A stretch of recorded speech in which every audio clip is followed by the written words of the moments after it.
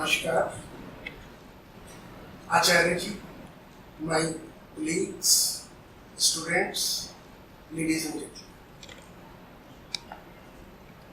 मैं सोच रहा था कि मैं कैसे स्वागत करूं, लेकिन मैं सब भूल गया जब मैंने आचार्य जी को देखा। मुझे ऐसा लगा कि मैं इन्हें सदियों से जानता हूँ, इनकी प्रतिभा ही कुछ ऐसी है। शायद बहुत लोग यहाँ संस्कृत ना जानते हैं। आचार्य जी ने तीनों चरम बिंदु छुए हैं, चाहे वो IIT दिल्ली से बीटेक, चाहे IIM Ahmedabad which is the highest institute in management, चाहे सिविल सर्विसेज हो। और इन सबको करने के बाद हम इतने सौभाग्यशाली हैं कि वो हमारे बीच में यहाँ हमारे एक क्वेश्चन आंसर सेशन में यहाँ पधारे हैं। आचार्य जी, आपका बहुत बहुत स्वागत है। आपका, और मुझे खुशी इस बात की है कि IIT रुड़की के 175वें साल में जब हम यहाँ हैं तो आचार्य जी यहाँ हैं। मुझे पता है कि यहाँ बहुत लोग बहुत उत्सुक और क्वेश्चन आंसर पूछने के लिए बिल्कुल तैयार हैं। मैं बहुत बीच में नहीं आऊँगा, लेकिन जब अनिल जी ने मुझसे कहा कि मैं आचार्य जी का स्वागत यहाँ करूँ तो मेरे मन में कई प्रश्न आने लगे। उनमें से जो सबसे ज़्यादा मुझे लगा वो ये था कि हम इतना डेवलपमेंट कर चुके हैं, हमारे दिमाग का इतना डेवलपमेंट हो चुका है, हम सिंगल सेल प्लाज्मा से पूरा मनुष्य रूप धारण कर चुके हैं, तो क्या हम डर से नहीं अभी तक जीते? या इस एवोल्यूशन में जो सिंगल सेल से हमारे मनुष्य रूप तक था, क्या डर का भी कोई एवोल्यूशन था? हो सकता है, क्योंकि हिंदू माइथोलॉजी आप सभी लोग जानते हैं। पहले हमारे जितने अवतार हुए, हो सकता है पहले डर पृथ्वी के जलमग्न होने का हो, या फिर तीनों लोगों को नापने का हो, या फिर अगर आप त्रेता युग और उसकी बात करें तो वचनों का हो, या फिर देश का हो। तो डर को मुझे लगता है कि हम समझ नहीं पाए, और हो सकता है कि आज के इस क्वेश्चन आंसर सेशन में हम लोग इसे समझने की कोशिश करें आचार्य जी के सानिध्य में, और वो हमें इसमें गाइड करें। मुझे लगता है कि डर जो 3 प्रकार का जो मुझे लगा, मैं क्योंकि आज सुबह से ही सोच रहा था, तो एक तो देश के लिए होता है, जो कभी कृष्ण जी के ज़माने में हुआ था कि सब देश का डर है, लेकिन वो तो अब हमारा ख़त्म हो गया, क्योंकि हमारी सेनाएं हैं, हम टैक्स पे करते हैं, हम देशभक्त हैं। दूसरा समाज का होता है। समाज में आचार्य जी जैसे लोग होते हैं जो समाज को सुधार कर ले जाते हैं, और हमारे धर्मगुरु हैं। एक इंडिविजुअल डर होता है जो हमारे मन में बैठा हुआ है। मुझे लगता है कि आज उसी के लिए हमको यहाँ सॉल्यूशंस मिल जाएंगे, और ये वो डर है जो ऐसी चीज़ों से है जो फिजिकल वर्ल्ड में है ही नहीं, जिनको हम देख ही नहीं पाते, जिनसे हम बस डरते रहते हैं। तो मैं आप सब लोगों का स्वागत करता हूँ। आप सब लोगों से रिक्वेस्ट करता हूँ कि आप क्वेश्चन आंसर सेशन में, अगर आपका कोई क्वेश्चन है मन में और दूसरे ने पूछ लिया है तो उसे रिपीट ना करें, क्योंकि हमें बहुत थोड़ा समय मिला है आचार्य जी का, और उसमें मैं चाहता हूँ कि मैक्सिमम सॉल्यूशंस हमको मिले। इसी के साथ मैं आचार्य जी का एक बार फिर स्वागत करता हूँ, और मैं बीच में से हटता हूँ आप सब लोगों के लिए। Please give him a big applause. Thank you, sir. I would now like to invite Acharya ji to come up on the stage and request our Dean of Finance and Planning, Mr. Sharma sir, to felicitate.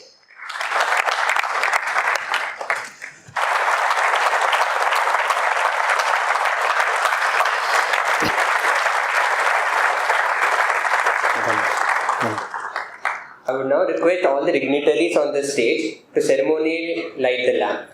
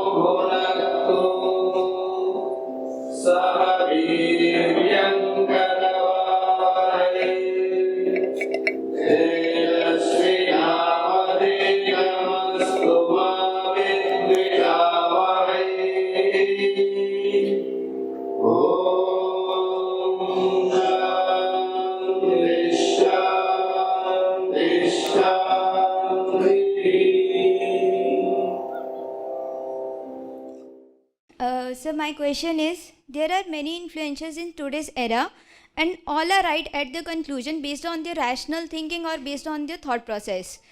And as listeners, we just grasp the conclusion, but we don't get behind the thought process. And we all have our own thought process. Then how do we conclude that whatever we are absorbing from their conclusions, we are taking the right track rather than being simply influenced by them? You're talking of influencers. Yes, sir. What kind of influencers? So any motivational influences, for example, we can take, or life tracking influences, just to show those who show the what things are right and what are wrong things.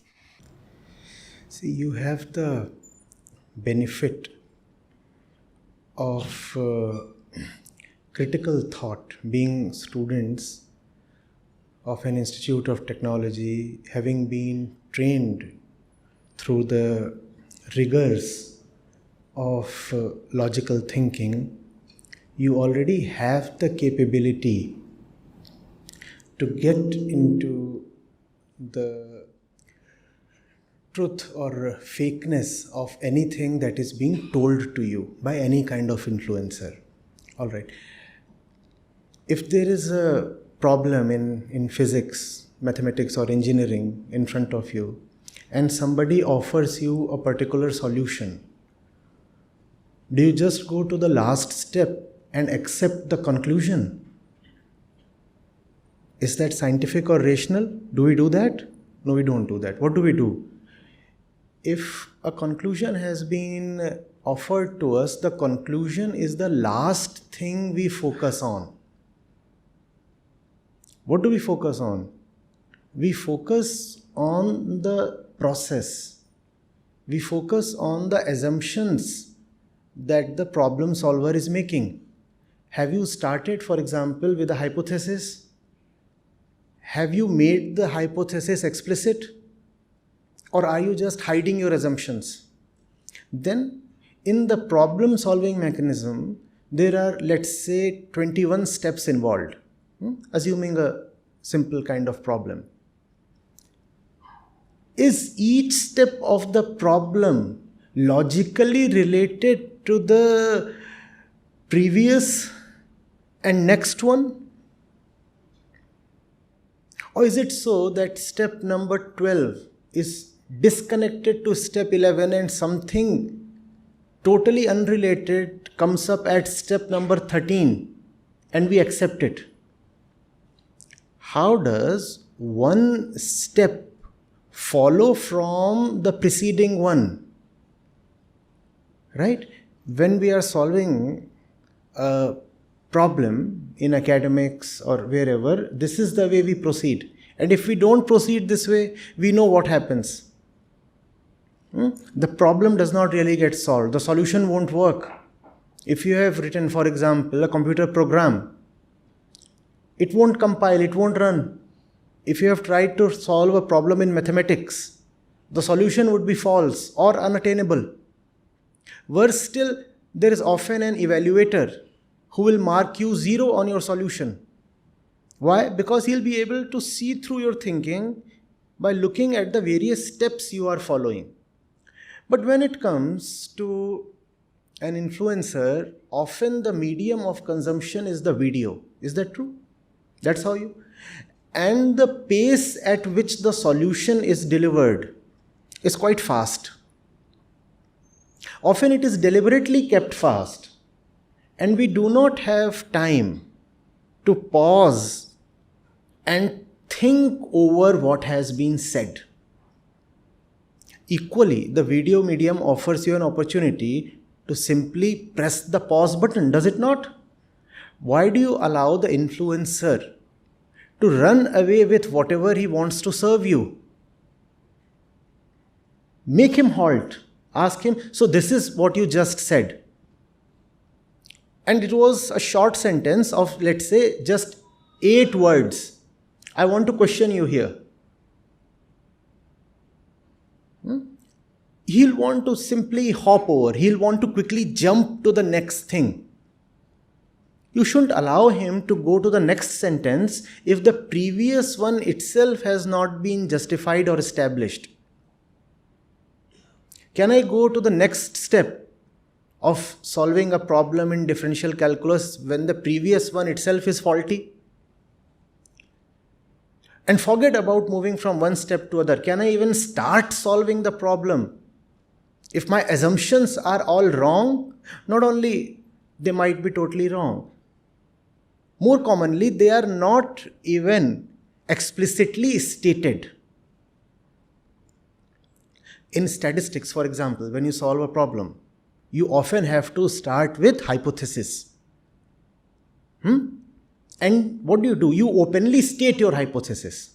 Forget about statistics. When in class 6, we were dealing with basic ideas of congruency, etc. And there were problems. How did we start? Let there be a triangle ABC. And then there is a similar triangle XYZ. And this was stated right at the beginning of the solution. Is that not true? You are making your assumption obvious.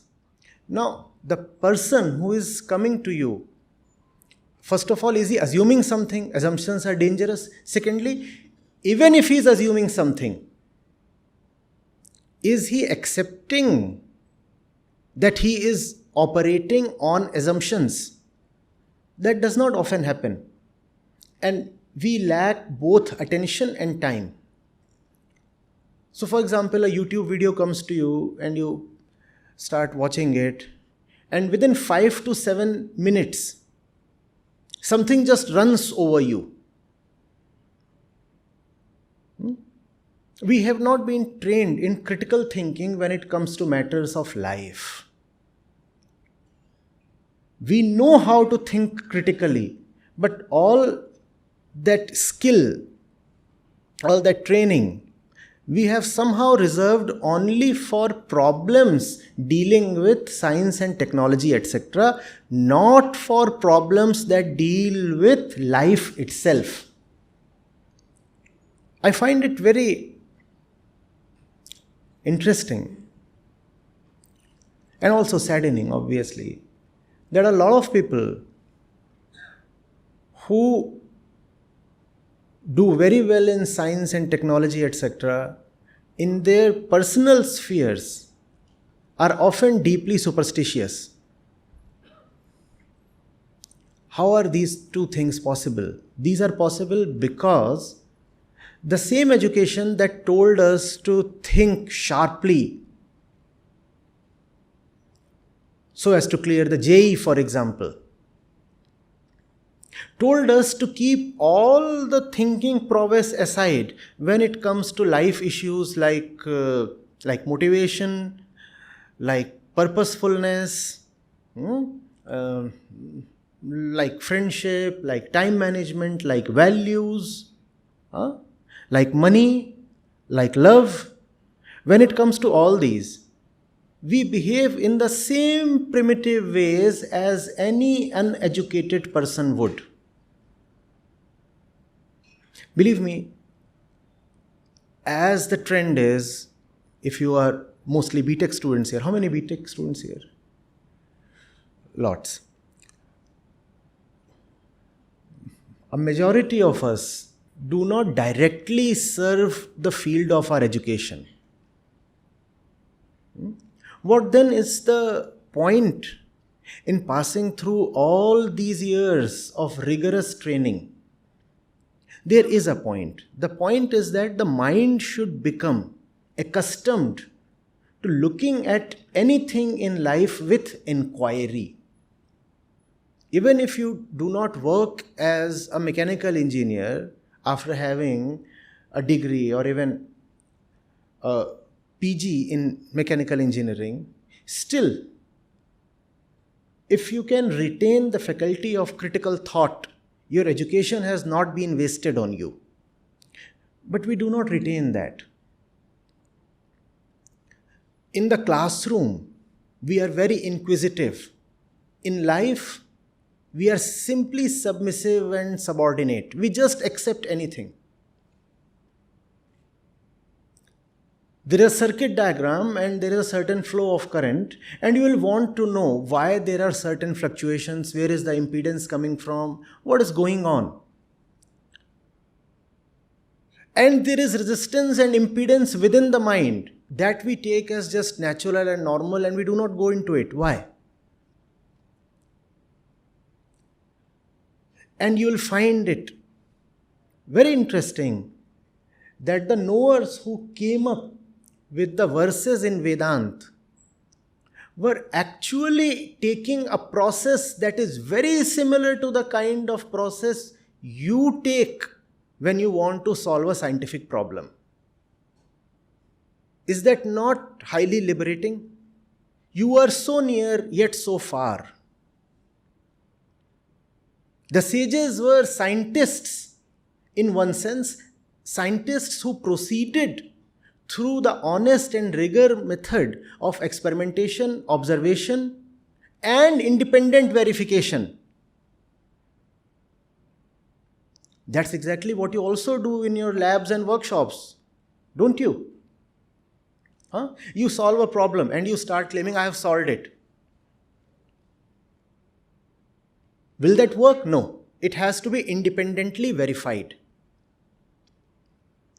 If there is no one else to verify it, then you should be the verifier at some other point in time. Because the problem is internal and it might appear solved in one mood, in one frame of mind. So return to the solution 2 days later and question yourself, is it solved? Does it still stand solved as it appeared 2 days back? We don't do that. And that's the reason why very, very ordinary and mediocre people succeed in fooling us. I appreciate the question. People with very little worth, very little understanding of life are able to preach even to distinguished audiences like the one here. How does that become possible? The fellow might be working as a scientist in ISRO or DRDO or probably even in NASA. And he regularly bows down to some primitive peddler of local kind of superstition. Amazing. Now this is magic. How does it even become possible? The fellow leads a state-of-the-art research lab in Europe, Zurich.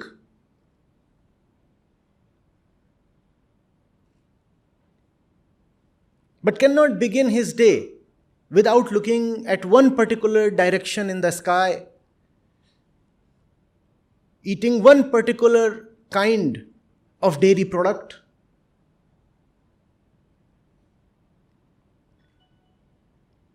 And some brainwashed kind of fellow visits his home and he'll organize a great function to welcome and facilitate him. Why have you compartmentalized the mind in two halves? Why do you say that mathematics has to be applied only to numbers? Mathematics is not necessarily numerical. You get what I'm trying to say. Why can't the same spirit of inquiry be present to everything in life? When that same inquiry, I will not accept without verification. I will not take anything just because it seems to be coming from a particular authority or high seat or respectable position. I will not take it. The first freedom is to be free to question. to question others and to question yourself. I feel like doing this, but why? Why should I be a dictator unto myself? So, if you have a book written by those influencers, pause at every sentence. Though most of them don't write books, they don't have anything worth writing. Pause at every sentence, analyze. Just refuse to move to the next sentence till you are contented with the current one and the previous ones. And if they are saying something in video or audio form, we said the pause button is always there. Don't let them, as they say in English, pull a fast one. You understand what it means to pull a fast one? Haath ki safai. The magician on the stage does it just so cleanly and so swiftly that the audience is unable to catch the trick. Don't let them get away with this.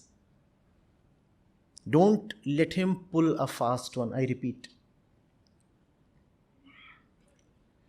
And then people sometimes ask me, and they seem a bit irritated. They say, "Sir, why do you give so many gaps when you are speaking? Sometimes you seem to pause even for a minute, 60 entire seconds. Why do you do that?" And I ask them, what is your problem? If I give you thinking space, if I give you breathing space, you know what the problem is? We are accustomed to being steamrolled. Just come and run me over. Don't give me time and opportunity to think, because I've lost the capacity to think. And if you will give me the opportunity to think, I will feel irritated. I can imagine. I can waste myself in worries. Fancies and dreams I like, but critical thinking I abhor. Why must that be the case? Please. And remember, the world throws so many things at you continuously. If you will not have the filter of thought and inquiry, you will be enslaved and exploited.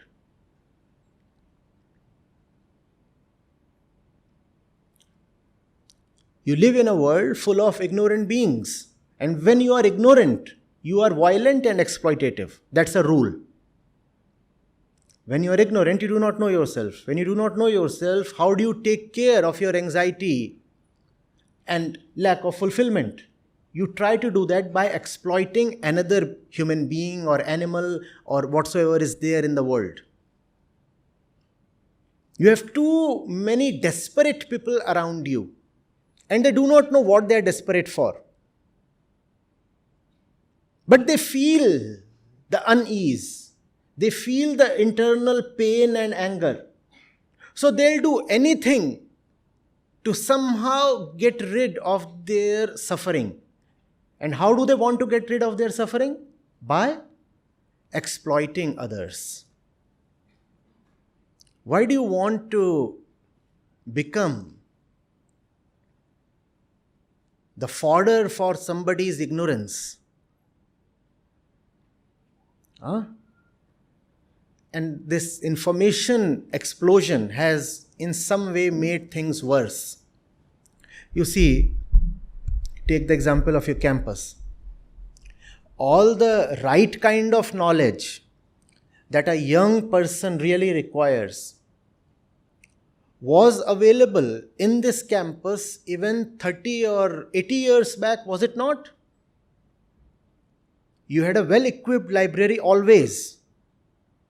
No? So if you wanted the right knowledge, it was always there. You would be having a central library, you will be having departmental libraries, you would be having libraries even in your hostels. So the right knowledge was always there, even much before the information revolution, right? So what has the information revolution given you? The right thing that you wanted was anyway always available. I'm taking the limited example of this campus. What has the information revolution given you? It has given you all kinds of junk knowledge. And when this limited mind space is crowded with junk knowledge, you are left with no space for right knowledge. It would be interesting to see whether in the campus, attendance in the libraries has really increased over the last 2 decades. Or if you have an online library system, the access has really multiplied over the last 2 decades. There is nothing called ignorance. There is nothing called absence of knowledge. There is just rubbish knowledge crowding out the right kind of knowledge. And that is what we are seeing today. Floods of influencers and motivators and whatnot. And what are they giving you? They are giving you the inability to go to the right places that can illuminate you. You have only 24 hours in a day. You have only so much of first attention span. And you have only 80 years in your life, max. If a lot of that is taken away by rubbish, what are you left with to devote to the right things in life? Please tell me. Nobody will tell you, do not go to the right things. If they openly start telling this to you, the matter will become too explicit and you will rebel. No. You will rebel. If I ask you, for example, here, how many of you have read Khalil Gibran or Jiddu Krishnamurti or Lao Tzu? If I ask you, how many of you have read even 2 Upanishads? The answer will not be very encouraging. What is the reason? Are these texts not really available? Is that the reason? Are we living in some primitive ancient tribal village? No, that is not the reason. In fact, those texts too are more easily accessible today than they were 30 years back, right? But if you go to bookshops today, you will not find a single book by J. Krishnamurti. That was not the situation even 10 years back. What has happened? What has happened? Or you go to the Krishnamurti YouTube channel. The stats there will surprise you. What has happened? What is the information revolution giving you then? It is just taking you away from the right things. Probably as a proportion of population, more people were reading Krishnamurti 30 years back than they do today. Probably more youngsters were reading the Upanishads 30 years back than they do today, even as the Upanishads have become more easily available. Don't you see what is happening? They will not tell you openly that they are taking you away from Vedanta. They will not say, don't read Vedanta. They will simply say, oh, please watch my new motivation video. Now you had only 1 hour, and that 1 hour has been taken away by that junk video. How will you now read Rumi's poetry? And also, after watching that 1 hour, that motivation video, you are mentally degraded to such a level that Rumi's poetry will become incomprehensible to you. If you are a fan of most of the popular influencers in social media, it is very difficult that you will be able to appreciate anything that is subtle, valuable, rich or high. It won't happen. These 2 things can't go together.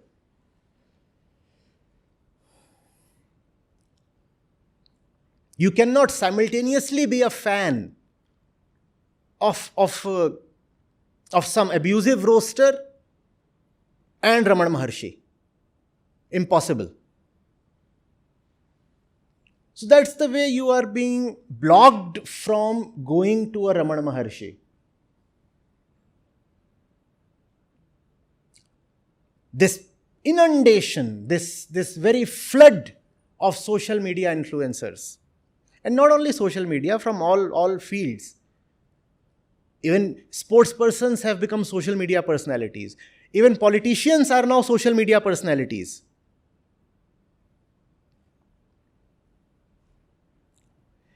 And from my personal experience, not just theoretically, let me tell you, you enter the campus as a kid and you are in risk of even walking out as a kid 4 or 6 years later if you do not develop from here. And you cannot develop from here if you have not had the company of the greats, full stop. You cannot become a well-developed young person with wisdom, with courage, with the steel to pass through fire if you have not read the greatest literature that the world and its history have had to offer. Youth is not biological. Youth is not something that an animal can attain. Youth is something to be developed with determination, with practice, with patience. Otherwise, you can become 60 years of age and still be a kid. You will never become youthful. Adulthood is something that is not attained by most people. We become physically adults, yes. Physically, we'll look like adults in terms of height, etc. We'll marry, we'll have kids, and people will think, oh, these are adults walking. No. You're still a kid. And you'll continue to remain a kid if you continue to remain vulnerable to these motivators, influencers, and whatever is there on social media. They themselves are kids. No grown-up will ever subscribe to them. So their interest lies in ensuring that you remain a kid. If you start growing up, you become a threat to them. Don't you see that? If you start growing up, you will outgrow them. You will go beyond them. They do not want you to grow up. They want you to remain juvenile, imbecile. They are not entertaining you. They are stunting your growth. Don't you see that?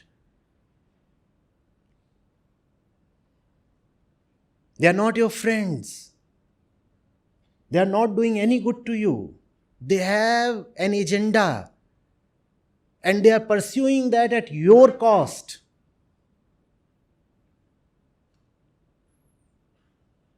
Not only are they taking away your time, they are taking away your capability to think critically. How big a loss is that? Please tell me, on a scale of 10. If somebody takes away your very ability to inquire and think critically, how big a loss is that? How big? One is left an animal or a vegetable. With the mental sharpness gone, what is left in life? You cannot even love now. And I'm talking of love because I'm talking of young people, and love is something very important in your lives. With the sharpness gone, with the ability to really understand gone, you'll be depriving yourself of this thing called love. You want that to happen?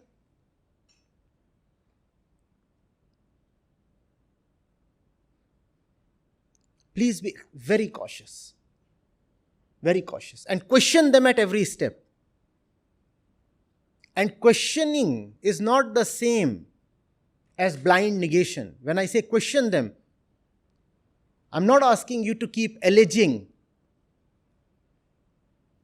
Questioning is always from a detached and neutral point. I want to know. That's why I'm asking a question. What's wrong with that? And is there something that should not be questioned? Please tell me. Is there something so important, so unknowable, or so holy that it just cannot be questioned? No, there is not.